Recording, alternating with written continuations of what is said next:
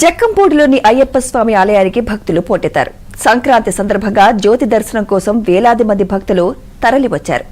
శబరిమల ఆలయం కొలతలు నమూనాతో జక్కంపూడిలో అయ్యప్ప ఆలయం నిర్మించారు. ఈ ఆలయానికి ఎదురుగా కొండపై నుంచి జ్యోతి దర్శనం కల్పించారు. దీనికి సంబంధించిన మరింత సమాచారం మా ప్రతినిధి వరప్రసాద్ అందిస్తారు. Over to you Varaprasad. Sankranti పర్వదినం సందర్భంగా జక్కంపూడి షాబాద్ అయ్యప్ప ఆలయానికి పెద్ద సంఖ్యలో భక్తులు తరలివచ్చారు. ఈరోజు మకర సంక్రాంతి సందర్భంగా స్వామివారికి అభిషేకాలు అర్చనలు నిర్వహించారు.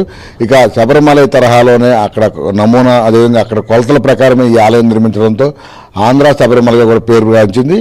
దీంతో ఈరోజు ఎక్కడైతే శబరిమలలో ఏ విధంగా అయితే జ్యోతి దర్శనం కల్పిస్తారో అదేవిధంగా ఇక్కడ కూడా అదేవిధంగా కొండపై నుంచి కూడా జ్యోతి దర్శనం కల్పించడంతో ఈ జ్యోతి దర్శనం చేసుకునేందుకు వివిధ ప్రాంతాల నుంచి పెద్ద సంఖ్యలో భక్తులు తరలివచ్చారు.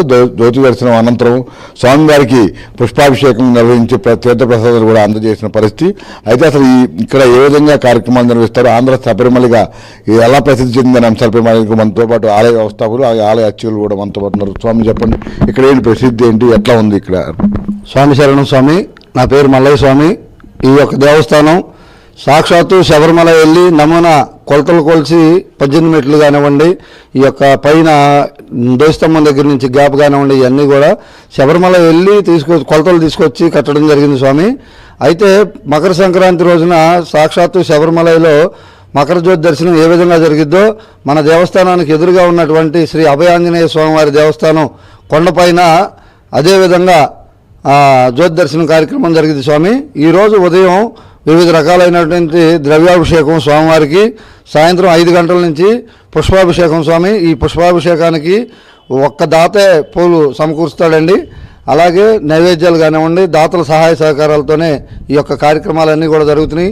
మా గ్రామాలే కాదండి, ఈ చుట్టుపక్కల పరిసర ప్రాంత ప్రజలందరికీ కూడా మేము కోరుకునేది ఏంటంటే సాక్షాత్తు శబరిమల వెళ్ళి జ్యోతి దర్శనం చేసుకోలేని అందరూ కూడా ఈ దేవస్థానం దగ్గరికి వచ్చి మకర సంక్రాంతి రోజు జ్యోతి దర్శనం చేసుకోవాల్సిందిగా కోరుచున్నాము. ఇంకా రాలేని వాళ్ళు ఎవరైనా తెలియని వాళ్ళు ఉంటే ఈ యొక్క న్యూస్ ఛానల్ ద్వారాగా తెలుసుకొని నెక్స్ట్ ఇయర్కైనా సరే ఎక్కువ మంది వచ్చి జ్యోతి దర్శనం తీసుకుంటారని కోరుచున్నాము.